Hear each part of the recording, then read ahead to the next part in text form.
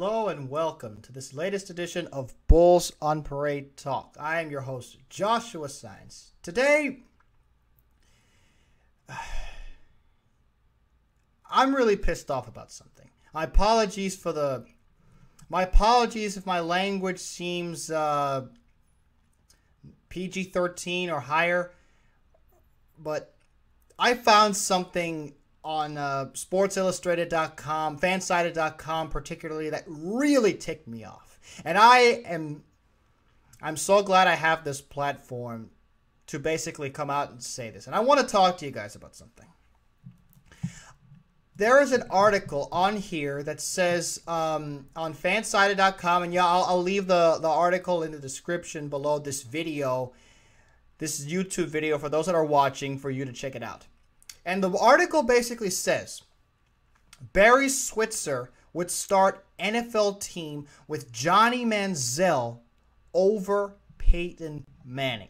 Now that right there, that right there will grab anyone's attention. But when you further read the article and you read some of the stuff that is said by this, that has been quoted, all you think to yourself is, what is going on here? And I'll get to that in a bit. I'll get to one quote in this interview that really ticks me off. And to those of you that share this sentiment, I encourage you to read this and to voice your opinion on this, because this needs to be stopped. This is flat out ridiculous. First of all, let me start off by telling you guys who Barry Switzer is, okay? Barry Switzer, very successful college and somewhat successful NFL head coach. But I went back and I decided to, you know me, I'm a researching guy. I love to research. I will go out and I will do my homework on something when I'm not 100% sure or I don't know something about someone at all. I'm that kind of person. So I went back and I did the liberty of looking at this guy's track record. And the first thing I picked up is he's a winner. When he first arrived on the scene as a coach at the University of Oklahoma, he spent 16 seasons from 1973 to 1988 with the Oklahoma Sooners. And his win total, I have down here, states 157 wins, 29 losses, 4 ties. Almost every single time they were either first or second in the conference. And let's see. Pretty much every year except 3 years they went to a bowl game. His first 2 they didn't go, and in '83 they didn't go because they only went 8-4 and didn't qualify. They went 5-2 in conference.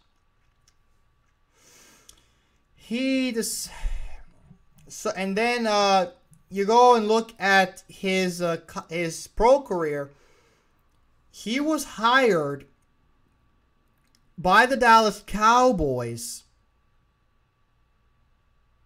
right after Jimmy Johnson left the Cowboys, and I'll get to that in a bit. But going through his track record in the pro game, you look at his record. His first season they went 12-4, and they lost to the eventual champions, the 49ers. The 95 season, 12-4 again, and this time, and they won Super Bowl 30 against Pittsburgh. The 96 season, they went 10-6 and lost to the Carolina Panthers in the divisional round. In 97, they went 6-10, and after that season, he resigned as the coach for the Cowboys. Now, just a little more, just to go back in history about the Cowboys, just a little tangent here.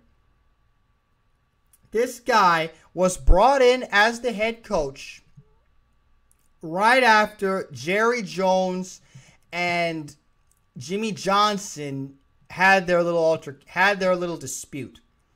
You remember back in those days, Jerry Jones was reported to having wanted more say in personnel decisions. But Jimmy Johnson at the time was in charge of football operations And he didn't want to give up that power. And you know Jerry Jones. For any of you that have any idea who Jerry Jones is, the kind of person that he is, Jerry Jones is the kind of guy that is like, it's my way. If we win, it's got to be because of me. I have to be the one that looks like a genius here, not my coach, not a GM. That's why I'm the GM. If the Cowboys win, it's got to be because of him. And that's the kind of stuff that basically entails mediocrity. No disrespect, but it's the truth. No disrespect to the Cowboys' history, but it's the truth. When somebody is that short-sighted and wants to win one way, his way, and not want to listen to somebody else's perspective who might know more than him, potentially, you're asking for mediocrity. But, and we all saw what happened, with the Cowboys, especially the last couple of years. But anyway, so that's who we're talking about here. Now, this guy, Barry Switzer, that I just finished talking about, went on a podcast called 32 Minutes and 42 Seconds. And this is a podcast that is on grantland.com. Now, for those of you that don't know about this site, I'll give you guys a little history lesson about this. Grantland.com is a website owned by ESPN indirectly, covering sports and pop culture. It was launched in June 8th, 2011, and referencing the late Grantland Rice, who spent 50 years in journalism. Very respected journalist, a Vanderbilt graduate, is respected by many in the world of journalism. You know, at Vanderbilt there's a scholarship, there's a 4-year scholarship named for this man. There's a Grantland Rice Memorial Award given annually to an outstanding college player that's selected by the Football Writers Association. There's a Grantland Rice Fellowship in journalism with the New York Community Trust that was established in 1951. This guy is to be highly respected, and this was an idea that was launched by ESPN's Bill Simmons.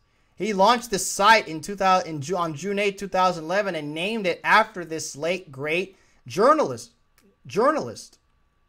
So highly respected website, from my understand, does a pretty good job covering sports and pop culture. I don't read it much, but from what I'm hearing, they're pretty good, from what I understand. Now, with all that being said, what I saw Barry Switzer and his interview on 32 minutes and 42 seconds. And it's basically, they go back and it's basically a segment where they just, just decided to go back and either tell old story, and they went back and forth talking about old times and talking about stuff about news. You know, they talked about guys like Marcus Dupree, who he recruited in Oklahoma. They talked about, let's see, what else did they talk about? They talked about Pete Carroll winning the Super Bowl and joining himself and Jimmy Johnson as the only coaches to win a college championship and a Super Bowl on their resume. Let's see, they even talked about a guy like Michael Sam and, you know, his thoughts on coming out. But his final question and answer on this segment really ticked me off for a couple reasons. And I'm going to get to those in a bit. And for those of you that are watching this on YouTube, I'll show you the quote right here on the screen. And for those of you that are listening on the podcast, I I'm gonna read it to you guys. I'm gonna read it to you guys word for word so you can get an idea of where I'm going with this. Okay. So here it is. This is the quote. This is the question and answer from this excerpt. 32 minutes and 42 seconds. Right? So here it is. The question was, quote, if you had to start a team with one player, who would it be? And the answer is as follows. It says, quote, well, Peyton is at the twilight of his career. This might surprise you, but I think the most dynamic player. I've seen Michael Jordan and Oscar Robertson. I've seen Oscar Robertson play live. I saw him against my college team as a sophomore for Cincinnati. With 3 minutes left to go in the game, my team had 54 points and Oscar had 56. So he's outscoring my team. He's the only player, and then Michael Jordan comes along, but Robertson's the only player that can take control of a game and win a game by himself. Well, let me tell you, Johnny Manziel is the first football player I've ever seen that can control the game like those guys did basketball. It's unbelievable the numbers that he can put up against the competition, game after game after game. I don't like some of his antics, but I'm sure Kevin Sumlin didn't either. That all aside, let me tell you, he's a great, great football player. And I predict he'll be drafted within the first 5 picks if he's not the first pick overall. I bet he'll be number 1 on a lot of people's boards. Before I go on here, I need to catch my breaths. I need to calm down a little bit before I go off on what I'm about to say. Before this kid even started his sophomore season at Texas A&M, they were already comparing him to people like Brett Favre, Fran Tarkenton, and Doug Flutie. And even Brett Favre has come out on record saying, I see a little bit of myself in Johnny Manziel, which I completely understand. I understand that. But, you know, there were these idiots comparing this guy to someone like Michael Vick and Drew Brees, of all people. Drew Brees, probably for a short stature.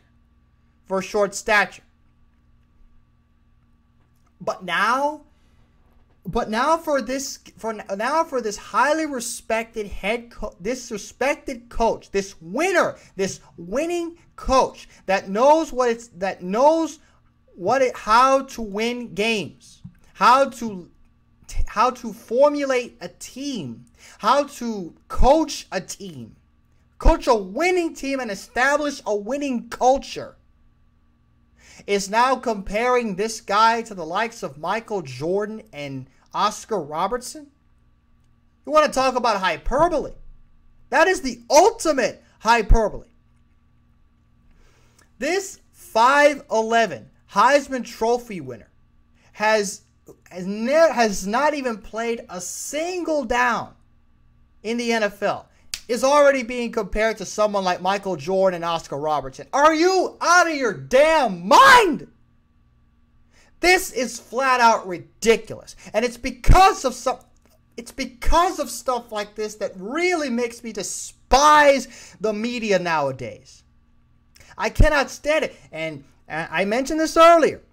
Grantland, this website indirectly owned by ESPN. Surprise, surprise, surprise, ladies and gentlemen. Another way of ESPN trying to hype this kid when he has not done anything. Does this remind you of somebody else? Oh, wait a minute, it does. Tim Tebow. Tim Tebow got similar hype, but I don't remember anyone giving him this amount of hyperbole. This amount of hyperbole. Hell, I saw a column on ESPN a couple months ago about, and lo and behold, it was Skip Bayless who was saying they were comparing Tom Brady to Michael Jordan.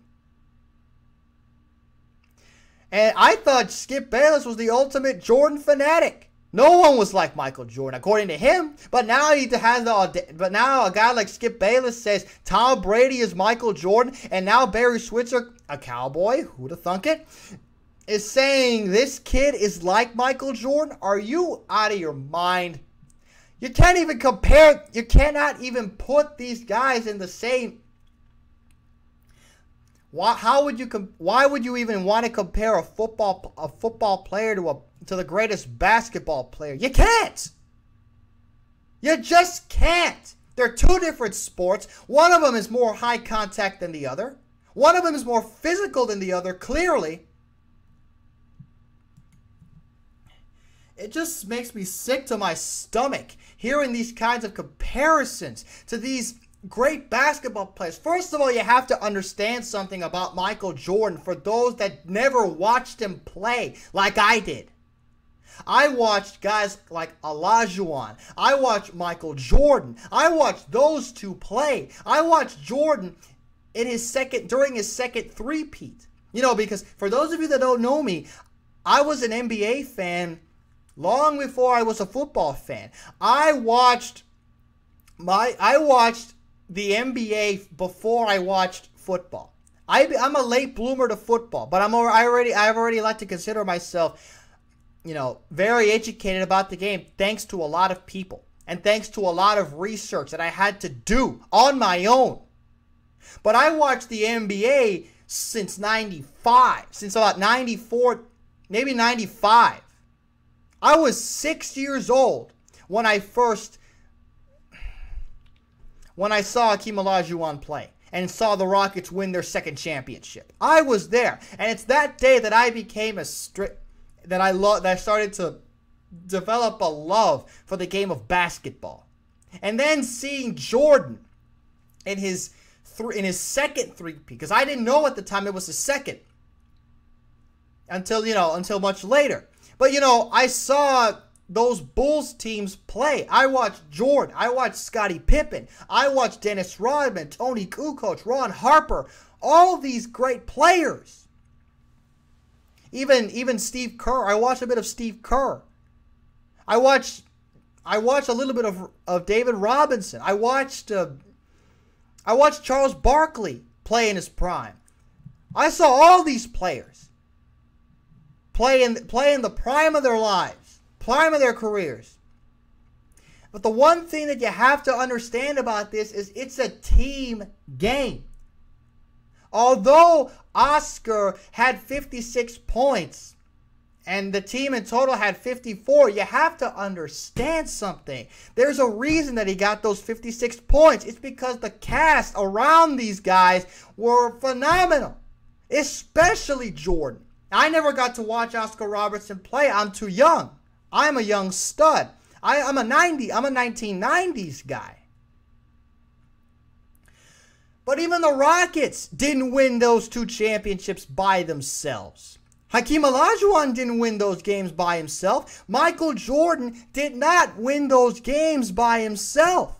Scottie Pippen was the greatest defensive player ever that I've seen. Ron Harper was a great defensive player. Dennis Rodman was the greatest rebounder I've ever seen. Michael Jordan knew how to make shots. Knew how to create shots not only for himself, but for his teammates. Michael Jordan and Scottie Pippen, all of those players knew, especially Scottie Pippen and Michael Jordan, they knew how to complement each other. And the same idea goes with Johnny Manziel and the football analogy. These are team sports, people. This football and basketball is a team game. One guy does not beat. It is not 1 on 5. It is not 1 on 11. You know, the offensive linemen are paid.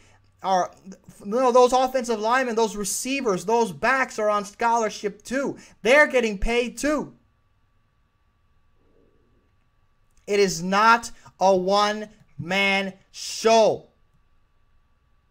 I remember the Tebow reference. Everyone wanted to give Tim Tebow credit for that run. The defense held them during that Broncos season when they beat the Pittsburgh Steelers. During the regular season, Tebow wasn't winning those games. It was either the kicker, It was either Matt Prater or that defense that made the necessary plays to put that offense in a position where they did not have to score many points majority of the time. And that one game against Minnesota, they gave the Broncos that game. Tebow didn't win it. Christian Ponder threw the game away. That Minnesota threw the game away. And also no Adrian Peterson. Just putting it out there.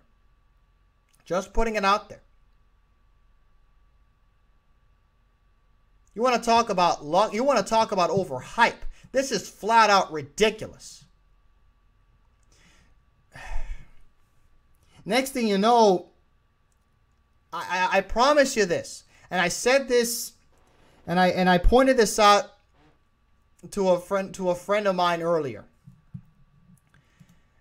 No matter where Johnny Manziel winds up in the league, because he's going to be picked somewhere. Now, I don't know who. Hopefully not the Texans. I don't think he would fit well in Houston. I really don't think so. But let me say this. No matter what happens with Johnny Manziel as he enters the league, his jersey sales for him, he's going to lead the NFL in jersey sales. Just like Tebow did, just like Reggie Bush did, just like Vince Young did. All these celebrated college players come into the pros and they lead the NFL in jersey sales. I don't see it happening any different. But the fact that, like I said, this website, indirectly owned by ESPN. Lo and behold, ESPN is finding another way indirectly to hype this kid through Barry Switzer. Now, whether it's what he believes in, now if that's his opinion, everyone has a right to their opinion, but at the same time, to put this kid on a pedestal as high as Michael Jordan's and Oscar Robertson, by the way, who's averaged a triple-double for his career, this is just flat out ridiculous in my mind. I don't get it. I don't get why they feel like it's a priority to hype this kid when he has not even taken a snap yet. Because I promise you this, some NFL defensive player is going to read this article by Barry, this article on fansided.com. He's going to look at this and say, oh boy, I cannot wait to get my hands on this kid. Because in the NFL, they have a license to hurt you. And all you have to do is hit a guy hard once and his career might get shortened. And then all of a sudden, the hype disappears and you're saying, oh, he's a bust. That's why you cannot put this kid on this kind of pedestal when he has done nothing. I swear it's Tebow all over again. And I'm going to have to put up with this for his entire career until he washes out, if he does. Now, if he doesn't, more credit to him. Credit to him for doing what Tebow never did, and that is adjusting to the NFL. Now, Johnny Manziel goes out there and adjusts his play style. Applause for him, but he doesn't deserve it. Right now, he doesn't deserve my applause.